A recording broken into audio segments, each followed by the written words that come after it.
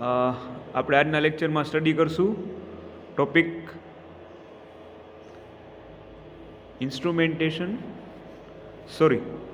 Interface mechanism to interface control subsystem with other subsystem.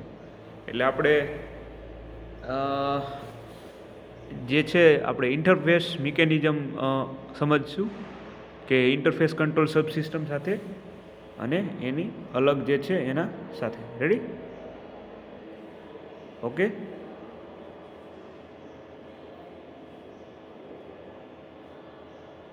Okay, તો આ એનું આખું જે છે બ્લોક ડાયાગ્રામ છે. રેડી છે? રેડી? જોઈ લો એક વખત. Interface mechanism with other subsystem. બરાબર? તો આપણે આગળ જોયું હતું એમાં પહેલાં તો પ્રોસેસ આવશે. રેડી? પ્રોસેસ, પછી ઇન્સ્ટ્રુમેન્ટેશન સબસિસ્ટમ આવશે. એમાં પછી અહીંયા પ્રોસેસ ઇનપુટ હોય, પછી અહીંયા કમાન્ડ આઉટપુટ, પછી અહીંયા જે છે information acquisition control and display scheme interface. એટલે આખી ઇન્ફોર્મેશન એક્વિઝિશન એટલે ભેગું કરવું. બરાબર? બધેથી જે ઇન્ફોર્મેશન ભેગી કરી અને અહીંયા ડિસ્પ્લે ઉપર એને બતાડશે. બરાબર? અહીંયા કંટ્રોલ સિસ્ટમ હોય, અહીંયા એક્સેપ્ટેબલ ફોર્મ હોય. બરાબર? પછી અહીંયા ડિસ્પ્લે આઉટપુટ, મેન્યુઅલ ઇનપુટ અને અહીંયા હ્યુમન ઇન્ટરફેસ સબ સિસ્ટમ. અને અહીંયા ફિઝિકલ, અહીંયા ઇલેક્ટ્રોનિક. એટલે અહીંયા ફિઝિકલ એટલે હાથેથી કોઈ ઓપરેટર હોઈ શકે. બરાબર? અને ઇલેક્ટ્રોનિક એટલે અહીંયા ડિસ્પ્લે થતું હોય. એવી જ રીતે ઉપર પણ એવી રીતે જ છે, ઇલેક્ટ્રોનિક અને ફિઝિકલ. રેડી? તો આ થઈ ગયું આપણું ઇન્ટરફેસ મિકેનિઝમ. ખાસ ડ્રો કરવાની ટ્રાય કરજો એટલે પરીક્ષામાં જ્યારે પૂછાય ત્યારે આવડી જાય. રેડી? જોઈ લ્યો એક વખત. રેડી?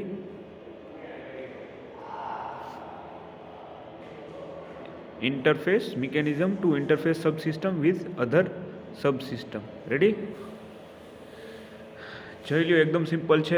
સૌથી પહેલાં તો પ્રોસેસ આવશે, પછી ઇન્સ્ટ્રુમેન્ટેશન સબસિસ્ટમ આવશે, પછી એનું ઇનપુટ, પછી કંટ્રોલ સિસ્ટમ, પછી information acquisition control display scheme, પછી અહીંયા હ્યુમન ઇન્ટરફેસ સબ સિસ્ટમ. બરાબર? હ્યુમન દ્વારા જે થતી હોય એ. રેડી? ઓકે છે. હવે ઇન્ટરફેસ મિકેનિઝમ એવી જ રીતે અહીંયા પહેલાં ઇન્સ્ટ્રુમેન્ટેશન, પછી એની સાથે ઇન્ટરફેસ એટલે કનેક્ટેડ થાય, પછી અહીંયા ઇન્ફોર્મેશન જે છે ભેગી કરી અને એને ડિસ્પ્લે ઉપર દેખાડે. અહીંયા ઇન્ટરફેસ ને અહીંયા પાછું હ્યુમન ઇન્ટરફેસ. એવી જ રીતે ત્રણે ત્રણ છે. ઇન્ટરફેસ ઇનપુટ આઉટપુટ બીજામાં, અને ડિજિટલ ઇનપુટ, એનાલોગ ઇનપુટ, એવી રીતના આમાં પણ છે. રેડી? અલગ અલગ, એકદમ અલગ. ઓકે, આઈ હોપ આવડી જાય એવું છે. એકદમ સિમ્પલ. એક વખત ખાસ ડ્રો કરવાની પ્રેક્ટિસ કરી લેજો કે જેથી કરીને ફાઇનલ એક્ઝામમાં પૂછાય ત્યારે આવડી જાય. કે ડિસ્ક્રાઇબ આવી રીતે જ પૂછાશે કે describe interface mechanism to interface control subsystem with other subsystem. Ready? વ્યવસ્થિત એક વખત જોઈ લ્યો. બરાબર છે? અને ખાસ ડ્રો કરવાની પ્રેક્ટિસ કરજો જેથી કરીને પૂછાય, ફાઇનલ એક્ઝામમાં પૂછાય ત્યારે આરામથી આવડી જાય. એકદમ સિમ્પલ છે. ઇન્સ્ટ્રુમેન્ટેશનનો બ્લોક ડ્રો કરવાનો, પછી ઇન્ટરફેસ, પછી ઇન્ફોર્મેશન જે કલેક્ટ કરે એને ડિસ્પ્લે કરે, પછી હ્યુમન ઇન્ટરફેસ, એ બધું આમાં આવશે. રેડી? જોઈ લ્યો એક વખત આખો બ્લોક ડાયાગ્રામ બે ઇન્ટરફેસ મિકેનિઝમ. ઓકે? વોઇસ બરાબર સંભળાય છે ને?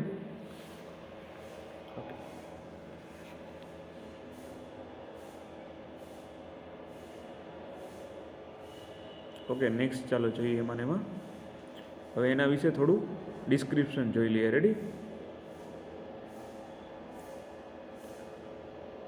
ઓકે.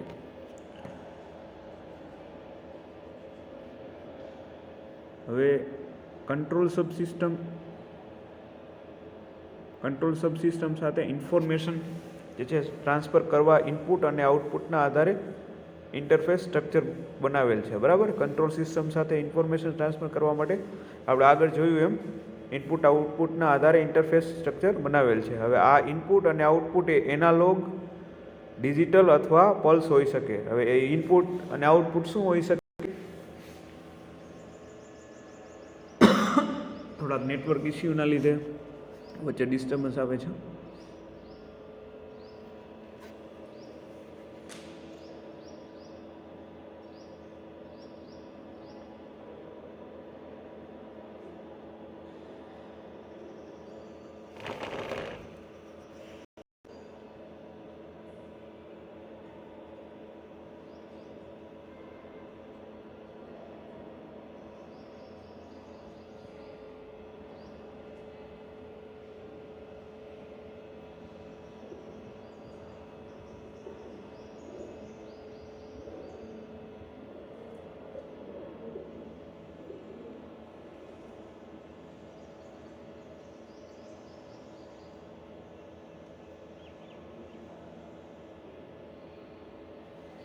રેડી?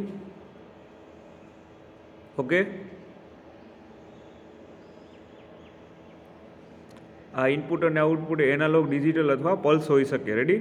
હવે આ સ્ટ્રક્ચરમાં ઇનપુટ અને આઉટપુટની જે મેઇન કેટેગરી છે અને તે દરેકમાં 3 સબ કેટેગરી છે. એમાં ડિજિટલ, એનાલોગ અને પલ્સ આવે છે. રેડી? હવે ઇન્સ્ટ્રુમેન્ટેશન સબસિસ્ટમમાંથી આવતા જે પ્રોસેસ સિગ્નલ છે એ HSI એટલે કે હ્યુમન ઇન્ટરફેસ સિસ્ટમમાંથી આવતા સિગ્નલને કંટ્રોલ સબસિસ્ટમ માટે ઇલેક્ટ્રોનિક એક્સેપ્ટેબલ ફોર્મમાં એને કન્વર્ટ કરે. આપણે ઇલેક્ટ્રોનિક ઓલું પેલામાં જોયું હતું ને બ્લોક ડાયાગ્રામમાં, તો એમાં ફોર્મમાં કન્વર્ટ કરે. રેડી? એક્સેપ્ટેબલ ફોર્મમાં એને કન્વર્ટ કરી નાખે. રેડી? જે કાંઈ જે છે સિગ્નલ આવતા હોય એને. રેડી? ઓકે. ખાસ તો મિકેનિઝમ જ વ્યવસ્થિત આખું છે.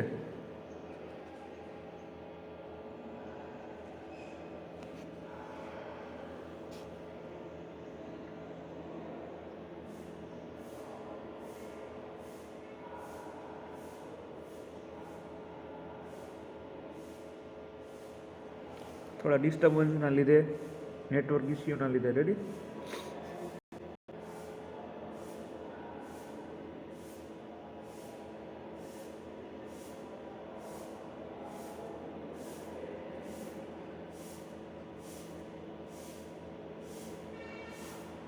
હવે દેખાય છે?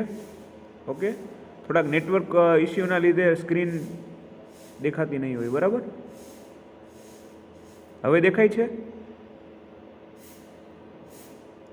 સ્ક્રીન વિઝિબલ છે હવે?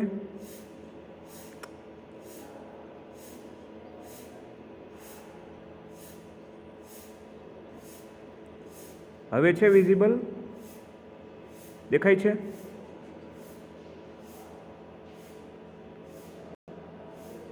હવે સ્ક્રીન દેખાય છે?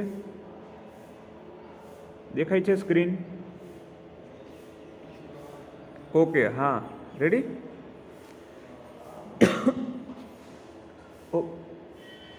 તો કંટ્રોલ સબસિસ્ટમ છે એ આખું આનું પાછું. ઓકે. રેડી? અને આ પાછું એનું એક આખો બ્લોક ડાયાગ્રામ છે. રેડી?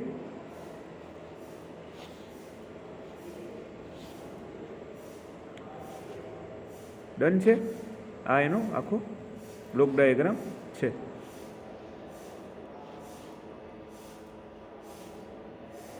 આ રીતે. રેડી? જોઈ લ્યો.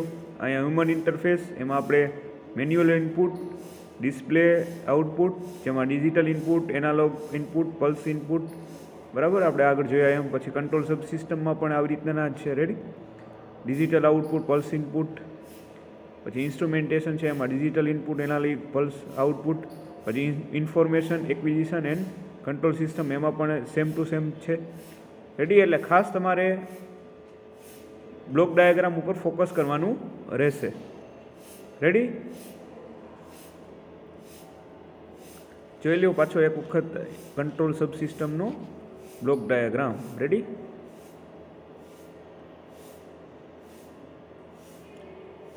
થઈ ગયું આપણું આજનું interface mechanism topic with interface with other sub system. Ready. આવી રીતના બ્લોક ડાયાગ્રામ ડ્રો કરી નાખજો અને આવી રીતે 4 થી 5 લીટી એમાં લખી નાખવા, પોઈન્ટ લખી નાખવાના. રેડી. અને આવી રીતના આકૃતિ ડ્રો કરી નાખવાની. ઓકે, તો આજના લેક્ચરમાં આટલું રાખીએ. નેક્સ્ટ લેક્ચરમાં વધુ સ્ટડી કરશું.